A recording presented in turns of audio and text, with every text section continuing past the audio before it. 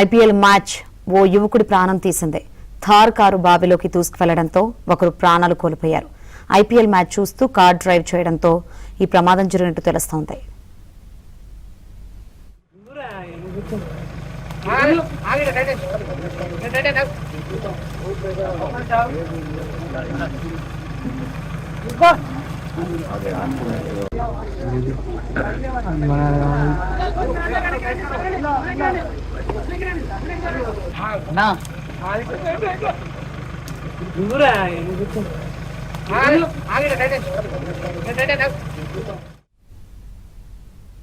జగిత్యాల జిల్లా మోరపల్లి శివారులో ఈ ప్రమాదం జరిగింది. ఆదివారం రాత్రి ఓ థార్ కారు బావిలోకి దూసుకెళ్లింది. కారులో ప్రయాణిస్తున్న ముగ్గురు యువకుల్లో ఒకరు ప్రాణాలు కోల్పోయారు.